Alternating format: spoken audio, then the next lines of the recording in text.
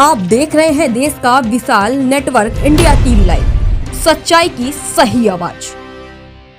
અમદાવાદ ધરોઈ ડેમમાંથી સાબરમતી નદીમાં હાલ પાણી છોડાતા દસકોઈના બાકરોલ ગામ નજીક નદીના પટમાં પાણી જળસ્તર અચાનક વધી ગયું। અચાનક વધેલા પાણીના પ્રવાહના કારણે આશરે 20 થી 25 લોકો પાણીમાં ફસાઈ ગયા છે। પાણીમાં ફસાયેલા તમામ લોકો રેલવેના કર્મચારી હતા। નદીના પટમાં નિર્માણ થઈ રહેલ બ્રિજના થાંભલા ઉપર ચડી ગયા અને ત્યાં ચડી પોતાનો જીવ બચાવ્યો।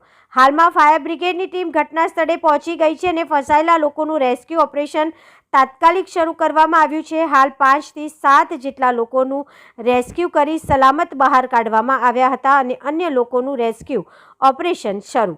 रिपोर्टर रौनक पटेल। देश और प्रदेश की खबरों के लिए अभी सब्सक्राइब कीजिए इंडिया टीवी लाइव, साथ ही बेल आइकन को दबाना बिल्कुल ना भूलें, जिससे सबसे पहले खबर आप तक पहुंच सके।